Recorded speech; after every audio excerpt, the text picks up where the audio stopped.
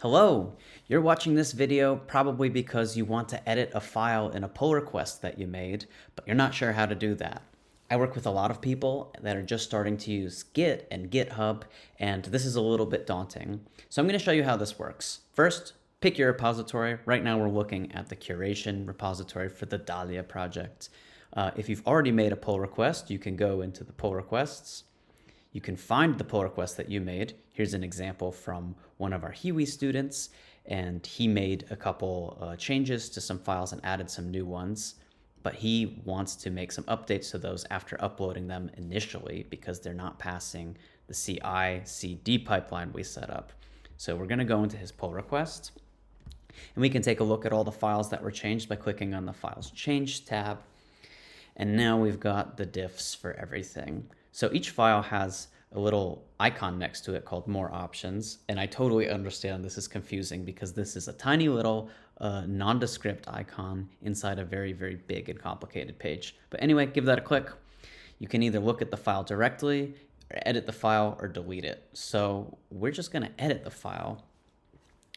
There might be something that needs to be done. I think in this example, it looks like I can already make a little edit. We probably don't need this blank line here.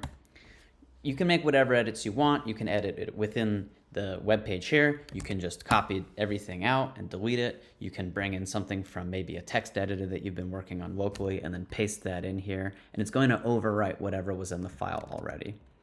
So after you've done that, put in whatever you wanted, then we're going to press the big green button for commit changes. The commit message is a good place to explain kind of what you did from a high level. So removed unnecessary blank line. If this needs even more description, you can go ahead and write it here, but I don't think this is necessary in this situation.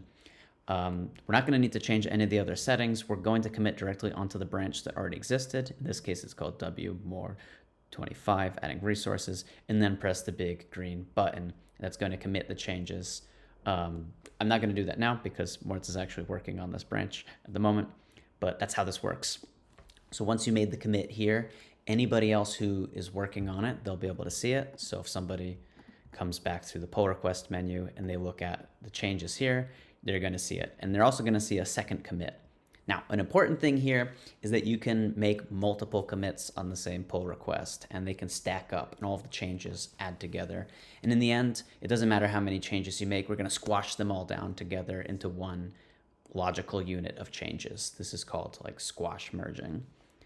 Okay, I hope that's helpful. I hope that you're not so scared about Git your next steps. Good luck.